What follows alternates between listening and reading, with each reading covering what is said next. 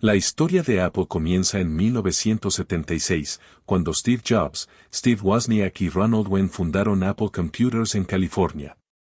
En 1971, Jobs, que solo tenía 16 años en ese momento, conoció a Steve Wozniak, de 21 años, a través de su amigo en común Bill Fernandez. Lo que no sabían era que estos dos genios creativos de los negocios y la tecnología se conocían. Wozniak, apodado Woz, desarrolla constantemente sus ideas debido a su pasión por la electrónica. A los 13 años, el niño prodigio ganó un premio por construir una máquina capaz de restar y sumar. Además de Jobs y Wozniak, también se sumó a la lista de fundadores el fundador de Apple One, Ronald Wen. A pesar de su inversión inicial, Wen quedó fascinado con la historia. Dado que su relación con la empresa duró solo 2 semanas, se sabe poco sobre este hombre. Al final de su breve mandato en la empresa, Wen vendió sus acciones por $800, una cantidad sustancial en ese momento. Jobs logró vender alrededor de 200 cajas azules de Woz por $150 cada una, afirmando que sin las cajas azules de Wozniak, no habría Apple. Fundaron Apple en 1976 con Ronald Webb, quien diseñó el primer logotipo de la marca. En sus inicios, los fundadores de Apple crearon su primer producto, el Apple One, una computadora que Wozniak ensambló a mano. El dispositivo cuenta con una placa base que incluye la CPU, la RAM y algunos chips básicos. Originalmente tenía un precio de $666,66, lo que equivale a casi $3.000 actuales. El Apple One se vio limitado por la falta de recursos económicos de Jobs y Wozniak, quienes incluso tuvieron que vender su camión y su calculadora programable HP, respectivamente, para financiar la construcción del prototipo. Gracias a los beneficios de las ventas del Apple One, Apple pudo centrarse en un proyecto más ambicioso, el Apple II. Wozniak, si no hubiera tenido las limitaciones financieras del Apple I, habría construido el Apple II. Su visión para el Apple II incluía la inclusión de memoria de video para un mejor control de la pantalla en color y más tarjetas de expansión. Los usuarios pueden ampliar las capacidades de la computadora según sus necesidades específicas. Tras finalizar el diseño del primer prototipo Apple II, Apple decidió participar en el PC Festival. Steve Jobs se dio cuenta en este festival de la importancia de un ordenador ya montado y listo para usar y disfrutar, más que un conjunto de placas que el propio cliente debe montar y soldar.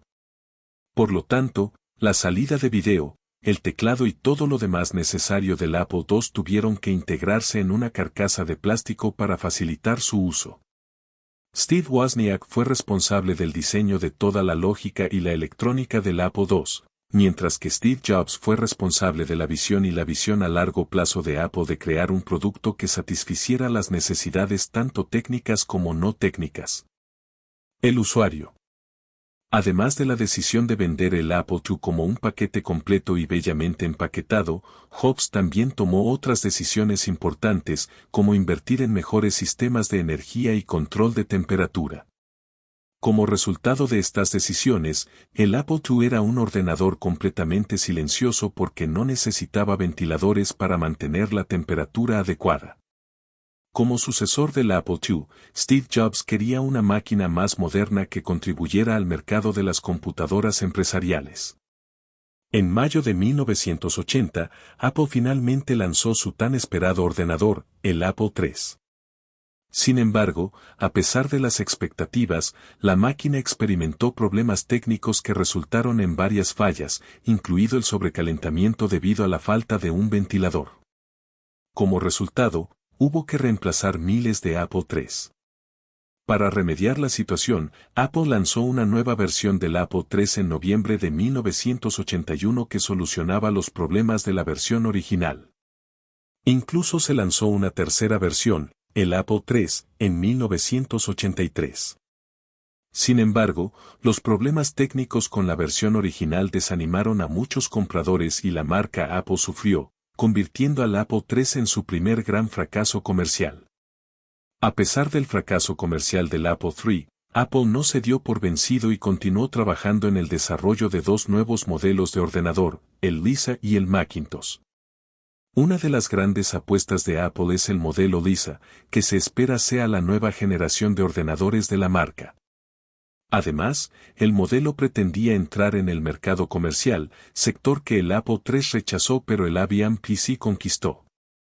El proyecto Macintosh, por otro lado, fue iniciado por Jeff Raskin para crear una pequeña computadora asequible y fácil de usar para el mercado local.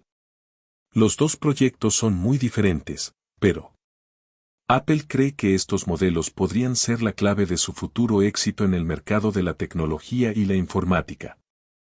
Aunque la computadora Apple Lisa fue una computadora innovadora y revolucionaria, tuvo mala acogida en el mercado, principalmente debido a su elevado precio de $10,000. Este fracaso comercial fue uno de los motivos de los fracasos anteriores de la empresa, como el fracaso del Apple III. En 1983, McMurkel dimitió como presidente de Apple, dejando una vacante en la cima. En ese momento, a John Sculley, entonces vicepresidente de Pepsi-Cola, se le ofreció el puesto de presidente de la empresa. Sculley inicialmente rechazó la oferta. Sin embargo, Steve Jobs le hizo una pregunta profunda: ¿preferirías pasar el resto de tu vida vendiendo agua azucarada o tener la oportunidad de cambiar el mundo? Después de una cuidadosa consideración, Sculley aceptó el puesto y se convirtió en la tercera presidenta de Apple. Steve Jobs asume el cargo de director ejecutivo. En 1985, el conflicto entre Steve Jobs y John Sculley alcanzó su punto máximo. Dadas las circunstancias, Sculley se unió a la junta directiva para tomar la decisión de despedir a Jobs de la empresa. Después de dejar su trabajo, Jobs decidió iniciar su propia empresa llamada Next. Ese mismo año, el cofundador de Apple, Steve Wozniak, también dejó la empresa. Durante su tiempo fuera de la empresa, Jobs trabajó en varios proyectos innovadores, incluido el PowerBook, el Penlite, una de las primeras tabletas, y el Newton PDA. La empresa se ha asociado con Bandai para crear un centro de entretenimiento llamado Pippin. Sin embargo, el producto no logró atraer la atención del público y provocó importantes pérdidas económicas. En 1997, Steve Jobs asumió el cargo de director ejecutivo de Apple. Esta vez en la historia de Apple se han producido enormes avances, incluido el lanzamiento de Office para Macintosh y el enorme éxito del iMac, que vendió casi 80.000 unidades en sus primeros meses en el mercado. En 2001, Apple introdujo dos innovaciones importantes que cambiaron la forma en que vivimos, Mac OS X y el iPod, que revolucionó la forma en que escuchamos música. Las dos primeras tiendas Apple también se abrieron ese mismo año. En 2007, Apple sorprendió al mundo tecnológico con una innovación que marcó la historia, el iPhone. El iPhone es el primer smartphone con pantalla táctil y conexión a Internet. Además de llamar y enviar mensajes de texto, el dispositivo también le permite navegar por la web y enviar y recibir correos electrónicos. El 24 de agosto de 2011, Tim Cook asumió oficialmente el cargo de CEO de Apple después de tomar varias bajas médicas. Apenas unas semanas después, el 5 de octubre, el día después del lanzamiento del iPhone 4S, Steve Jobs murió. Apple Music también se lanzó como plataforma de streaming en 2015, desafiando el liderazgo de Spotify.